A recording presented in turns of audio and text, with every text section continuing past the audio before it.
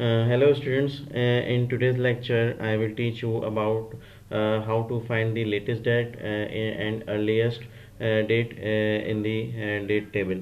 You will go to the date table as I have the date table, select the date column like this, go to the transform tab and then go to the date tab, and then go to the earliest, click the earliest tab like this.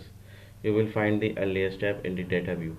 And how to find the latest date, so repeat, you would repeat the procedure. Transform tab, click on transform tab, click on date column, and go to the date tab and go to the latest like this, and then you will find the latest date like this.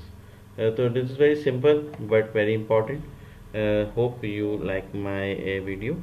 So please subscribe my video and like my video and subscribe my channel. Thank you very much.